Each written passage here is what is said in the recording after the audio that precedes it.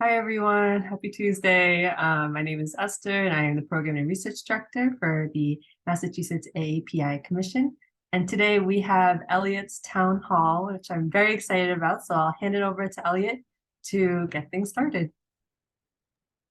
Hi, I'm Elliot. Welcome to my town hall. Today I'll be covering the topic of Chinese diversity. I am a member of the API Council, Youth Council, and I hope you enjoy my town hall. So I'll get started with sharing my screen.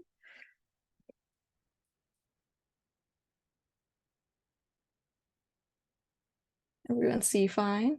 Okay, great. So Chinese diversity. So one sort of question I want you all to keep in mind as I'm going through this presentation is, what does diversity mean to you? Why is it important? And especially in like places where minorities or or like race isn't a completely big thing like as it is in like the US and the UK, but where you may all like looks very similar, but you are very culturally different. So now I'm just going to talk about China and Hong Kong and Taiwan. So the main focus we're going to be talking about today is China, where it is the second largest country in the world with a population of 1.4 billion. Hong Kong, which is this a special administrative region of the People's Republic of China, which has a population of 7.4 million, and Taiwan, which is officially the Republic of China, which has a population of 23.57 million. But as I said, our main focus will be China, but these are other regions in China or parts of China that also are diverse as well. So there are 56 official ethnic groups recognized across China. Um, and I pulled out this nice little graph that I found online, which shows the main groups and how they're spread across China. You could see that the large majority is Han Chinese, and the rest is more their ethnic minority groups. And those are spread across the north and the west more so than the south and the east. So I wanted to show some of the Chinese dialects because not all of us speak Mandarin Chinese. We also speak Cantonese, Taiwanese, and such. And I just wanted to highlight that. Um, sorry. Um, so as I said, most people do speak Mandarin. About 61.2% people speak Mandarin. But there are more dialects across China. Like once you go to the north, there's Mongolian. Once you get closer to the Korean Peninsula, there's a lot more Korean speakers. And towards the west, there's like Tibetan and other minority languages. And most of like the Chinese-based languages are towards the bottom of China once it gets closer like, and those dialects also spread across like Southeast Asia, um, where there are also a lot of people of Chinese descent, such as me. And this is just another graph which really shows off like all the different ethnicities and also languages that are spoken across China, which you can see is a lot. So I just want to like emphasize that yes, not all of us are Mandarin speakers. A lot of us are speak other dialects besides that.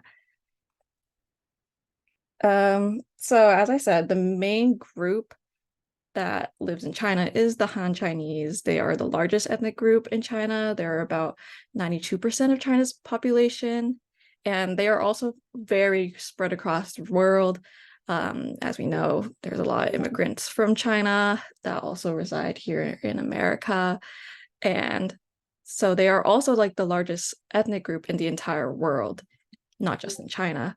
And they are about 19% of the world's population that identify as Han. And Mandarin is the primary language of the Han people. And that is why it is the official language of China, because there are so many people that identify themselves as Han Chinese. So, and this is just a little picture of people in traditional wear that are of Han Chinese descent.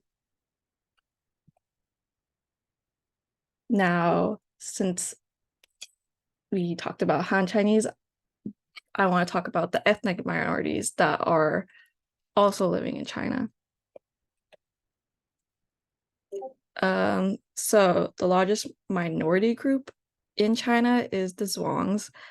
Their population is about 18 million in China at the moment, and they are mostly in southern China. Most of them speak Mandarin Chinese, but they have their own languages that are related to Thai. They have two main dialects, which is the northern and the southern dialects, and there's also a lot of local dialects.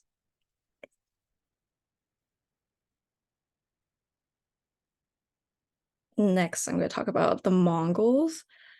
They had a population of about 6 million in China and 4 million in Mongolia and Russia. Their history is very close to the Hans, but most of them speak Mandarin, as well as their own dialect at this moment. Most of them live in northeast China, so they are closer to where Russia is. And the Mongol population in China is nearly twice as much as in Mongolia. And it's very cold up there. So if you can see, I think this was like a celebration, but they're still in like negative 40 degrees Celsius weather and they're still celebrating. Very admirable.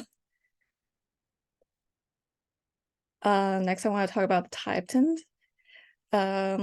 So most of them live in the Tibet Autonomous region of China. And a lot of them also live in Gansu, Qinghai, Sichuan, Yunnan, and also India, Nepal, and Bhutan.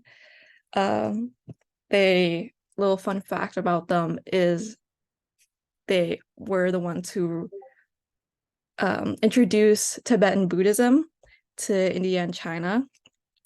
They invited Buddhist monks from India and China to teach the religion to courtiers and aristocrats. And they also sent men to India and China to gather Buddhist scriptures and translate them into Tibetan.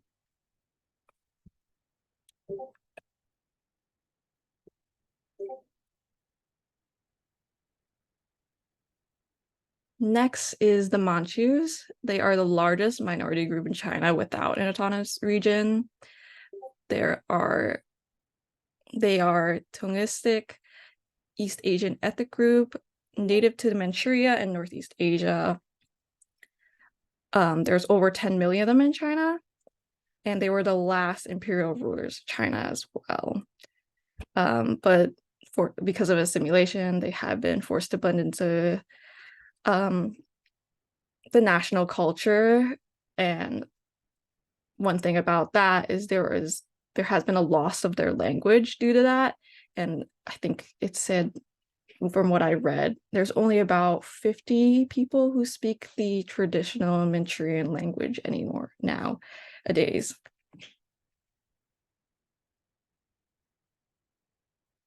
And I also wanted to highlight the Uyghurs. I apologize if I'm pronouncing it wrong, but they are a Turkic ethnic group originating from Central and East Asia. You may know them as the Chinese Muslims in China. They have their own autonomous region as well in Northwest China, and there are about 12 million of them, and mostly are Muslim, living in their autonomous region. But they make up half of the population in Xinjiang. And since there are so many more ethnic minorities, I can't cover them all in this presentation, but there are 51 more ethnic minority groups in China that I didn't get to speak about. And I just want you all to keep that in mind, since that were not all talked about in this presentation. And here's a little picture of dim sum, which is most popular in Hong Kong, where I'm of descent from. I just want to say thank you. That was my presentation. And if you have any questions, please direct them towards me. Is there a good contact that you would want to provide, maybe like an email, or they can also, if anyone has any questions, can direct it to me? Like, which one would you prefer? They can go through like my email or your email directly. If they could put them through you, I think it would be better. And then you Yeah, could let me of know. course. Yeah, yeah. So my email, if you have any questions for Elliot after watching the presentation, is youth.coordinator@aapicommission.org. Thank you, Elliot. Thank you too.